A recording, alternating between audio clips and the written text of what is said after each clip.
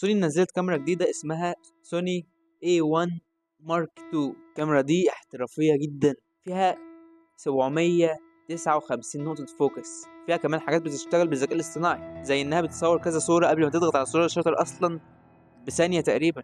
وكمان فيها زرار اسمه بوست فريم او بوست فريم ريت، ده بيسرع الشاتر او بيزود عدد الصور اللي بتاخدها في الثانية. ده غير طبعا الاوتو فوكس اللي بيتتبع العين من البشر والطيور والحيوانات والعربيات والحشرات والطيارات كمان.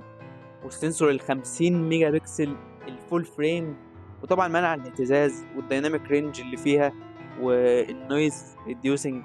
وفي حاجات كتير بقى غير الكلام ده كله لسه ما قلتهاش. تقريبا الكاميرا دي تنفع لكل انواع التصوير، بس انا مستحيل اشتري الكاميرا دي، مش عشان وحشه ولا حاجه، عشان غاليه، غاليه جدا. يقول لك يا عم 6500 دولار، اللي هو تقريبا اكتر من 350 الف جنيه. هي الكاميرا اللي معانا هي كويسه والله وشغاله والحمد لله. شايفين والله. والله لو سوني عايزة تبعت لنا الكاميرا دي انا ما عنديش مشكله يعني نجربها كده يعني.